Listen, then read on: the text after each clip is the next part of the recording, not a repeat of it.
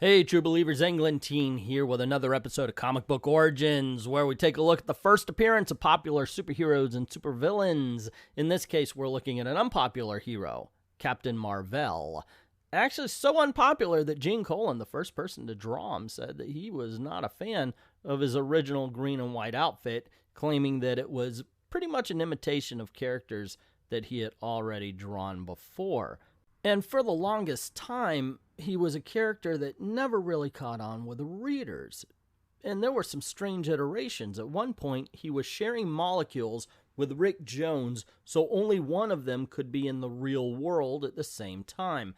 Now, then comes along Jim Starlin, who once again, he never really breaks Captain Mar-Vell out, but he does create a cult following, bringing in a lot of other cosmic characters that never really hit, like Adam Warlock. And this is where people that do love him truly love him. Unfortunately, though, he ended up getting canceled and then, of course, killed off in the excellent Death of Captain Mar-Vell graphic novel. But that's not what we're here to talk about, ladies and gentlemen. We're here to talk about his beginnings, not his endings, so let's dig into Marvel Superheroes number 12 featuring Captain Mar-Vell. First, we got to take a look at this cover, and wow. I know it's been mimicked, and you know what, it's not a classic. As a matter of fact, it's kind of a mess. There's a lot going on here. There's too many word bubbles. The coming of Captain Mar-Vell with the guy pointing underneath, you know, it looks like a bad extra from a movie or a commercial. It's like, what? Yeah, he's holding a jacket for some reason. Are we to say that, did he take it off of somebody? Did he take it off of himself? And this is his big reveal that he's an alien. And wouldn't the ship flying away do that same exact thing? And if you look at his feet, it looks like the image of Captain Mar-Vell here was added in as an afterthought, as he doesn't seem to be touching the sidewalk as much as he is the titles of the other stories that are going to happen in this book. Once again, paying attention to it, taking a look at it here, it's something of a mess. The Marvel Comics Group presents The Coming of Captain Mar-Vell. Ladies and gentlemen, the very first comic book appearance of Captain Mar-Vell, as we see him riding on a rocket of some sorts. Is this kind of like the Green Goblin's glider here? It sort of has it, except for his feet don't seem to actually be riding on it. So it really looks like he's doing a split mid-air while this rocket is flying beneath them. Very, very bizarre splash page here. Phase 1, and so it begins. Apparently crotch burn. That's what's beginning, crotch burn. At the break of dawn, a mighty starship approaches the tiny planet Earth, a ship which has traversed half the universe to reach our unsuspecting world from the far-off galaxy ruled by the mysterious Kree. Into your battlesuit, Captain. Prepare for landing. Medic Una will administer the breathing potion to you. Only to Captain Mar-Vell, sir? What about the rest of the landing party? There will be no landing party. The Colonel's ordered me to carry out this mission alone, but it's against all standard practices. Quiet, my darling. You know the Colonel's real motive. So long as he loves you but knows that your heart belongs to me, he'll do anything to keep us apart. But sending you alone on a mission such as this can mean only one thing. The true objective of Colonel Jan Rog is to make sure that you never return alive. You gotta love the fact that right away, man, that just pile on the melodrama.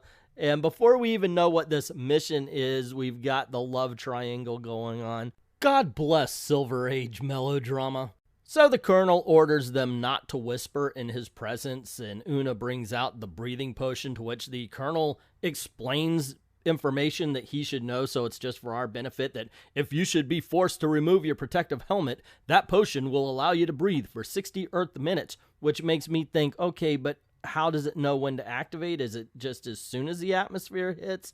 And if so, how do you calibrate that to each atmosphere of every planet you ever... Yeah, it just doesn't make sense. It's 5 panels of wasted comic book space because it, one, gives you information you don't really need. Just tell it's a breathing potion. That's all we need. I like the part also where they're flying to Earth and it says activate the aura of negativism. and is feeling like the crew seems to be pretty negative anyway. But to them, it's like a cloaking device. So, yeah, there you go. Anyway, moving on. Oh my gosh, guys, this is not good. Okay, so anyway, this page, this is what we get. First, it tells us how the spaceship lands. Now, how this will impact the rest of the story, I don't know, but it does with a force beam. Okay, so the rest of it is, I love you, Mar-Vell. Then it's, oh, I will get back to you no matter how much he wants me to die. There's no new information. This is the exact same stuff we've gotten in the last 2 pages. The only thing we learn different is there is something called the Supreme Intelligence. And instantly it's winning me back. That is really cool. So we get him jumping out of the ship and he's saying to himself, I may be alone against the armed might of an entire planet, but still I am a captain in the intergalactic space fleet and I am still Kree. And then he says, my air bell alone makes me a match for any dozen Earthlings. And since the pull of gravity is far stronger in the Kree galaxy than it is on Earth, my freedom of movement and sheer physical power will be many times greater than any ordinary Earthling here on the light gravity world. But that's only true so long as I continue to wear my protective helmet and battle suit. For if it should be necessary to disguise myself with the simulated Earth clothes I've packed in my carry-all cylinder, my strength will decrease in exact proportion to the time I am exposed to this alien atmosphere. Boom! In one freaking page, we get all the information we need about the equipment he carries, and it even says, yeah, because I'm from somewhere else, that means as more as when I acclimate to this particular climate, I will change. I like that. That's pretty brilliant.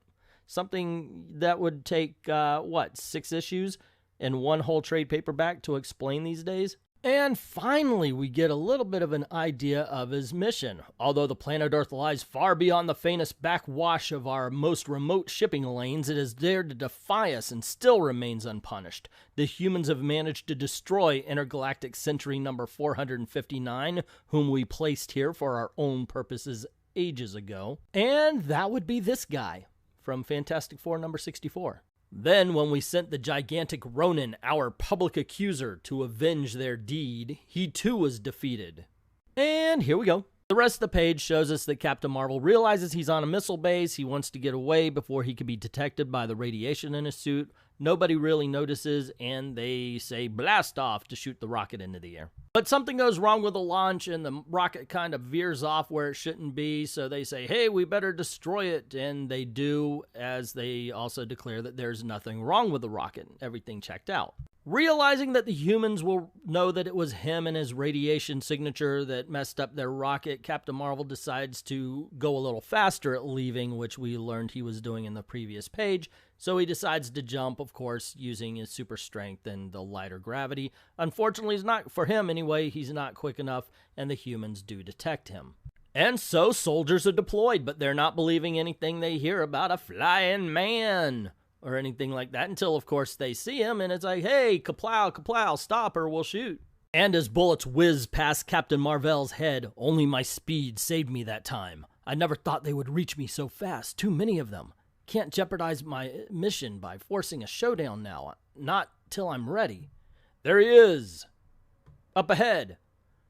The best course is to use my universal beam blaster. Now that the safety's off, I'll set it for wide-angle coverage. This should get me in the clear without too much difficulty. Look, I've never been a soldier, nor have I ever been an ambassador between two nations, but if you're trying to avoid conflict, the words shoot them, maybe that isn't the plan you should go with. Then we discover that Captain Mar-Vell isn't really out to harm them as much as he's out to blind them, as he's able to use his arc light blaster to blast darkness. And the soldiers go really bonkers for being in the dark. I've gone blind! Now, he said he's turning them dark, not actually blacking out their eyes, so I'm not exactly sure this is a proper response to what he's doing. But as he's leaving, he says, my beam blaster alone is worth 100 of their weapons.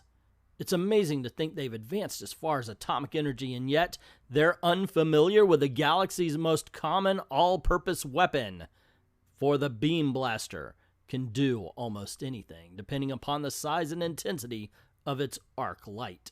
And so Captain Mar-Vell decides that it's best for him really just to kind of lay low, so he does put on the civilian clothes that he had packed in his tube, and he's got money as well, somehow, for some reason. And so he checks himself into a hotel where he starts to worry if Una will trade him in for the colonel if he doesn't return in time. Dude, if she is that fickle, she is not worth it. Captain Mar-Vell's wrist begins to hurt in such a way that he can only talk in vagaries. It's the colonel, only he has the power to... It's beginning to happen now. I'm paralyzed, can no longer move. Then we cut to the spaceship, where we hear, "All is in readiness, Colonel." "Good, good. He has been immobilized. Let us finish the job and then return to orbit. Medic Una, maintain pressures at 4,000 ETUs. At my command, begin transferal." The colonel warns Una to be careful because the transferal can kill him if there's one slight slip-up. And the monitor that's on their table disappears and appears on Captain Mar-Vell's wrist, where he says, from now on, they'll be able to track me anywhere and contact me anywhere, and I'll never be free. He's then immediately contacted by who he thinks is Jan Rog, the colonel, but instead, "Captain Mar-Vell, heed the words of the Imperial Minister of the Supreme Intelligence.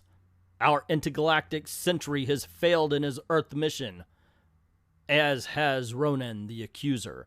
Now it is you who have been chosen for the task. Know you this then, Space Warrior, you must succeed or die. In the name of the everlasting Kree, I now break contact." And at that very second, my hour is up. Can't breathe. I have to put on my helmet. No trace of the ship. Now, here, I stand, truly alone. Unknown and unsuspected, I hold the fate of a planet within my hands. Next issue, the attack. What mission? We were never told what the mission was. Okay, so there you go, gang. The first appearance of Captain Mar-Vell, Marvel Superheroes, featuring Captain Mar-Vell, number 12. What did you think? Personally, it probably is the worst book I've done one of these for. It's the worst first appearance so far. I'm having a hard time thinking, is there anything I liked less than this book? It's sloppy. The art is okay. Actually, Gene Colan did a good job for not liking the outfit, and the outfit is very generic, and that's a big problem with this story right here. It's an incredibly generic comic book. It's Spaceman #1. I can see why this didn't really appeal to readers back then. There's nothing about it. Plus, it's so vague. It's really like a modern-day comic. There is no now. There's always really cool things about to happen, but nothing is really happening right now, and that's what happened in this issue. There was action, but it didn't mean anything because we had no ties to the action at all. We didn't understand what was going on, or at least I didn't. I can't project on you. Also, did it feel like Captain Mar-Vell was the bad guy to you? It really did seem that way. It's, okay, so you're invading Earth, you're bragging about being more powerful, you bring weapons, you attack a military base for some sort of mission that happened when two villains of previous comic books failed. So, yeah, it's not easy to get behind the character when you're setting him up to be the villain. I guess there you go. That's my take on the first appearance of Captain Mar-Vell. What did you think? Did you like it? Hate it? Tell me in the comments below. Also, what do you think about the videos, and who are the characters that I should be doing next? I've got a small list here, but I'm always open to your suggestions because basically it tells me what to do. You know, this is a lot of fun, and there are some that I'm going to save. Obviously, Shazam's coming around, Shazam the movie. It's just going to help out views. That's the way it works. So I will get to anything with that kind of thing going on. But yeah, please, by all means, let me know your suggestions. Also, if you like the video, click on any of the boxes that are popping up. You missed a previous one, and that should be what's popping up around you here. I'd like to thank everybody who's gone over to Ko-Fi and to Patreon and helped me out, helped me make videos for you. And please don't forget to do that yourself. And to everyone, all of the true believers, thank you very, very much for watching.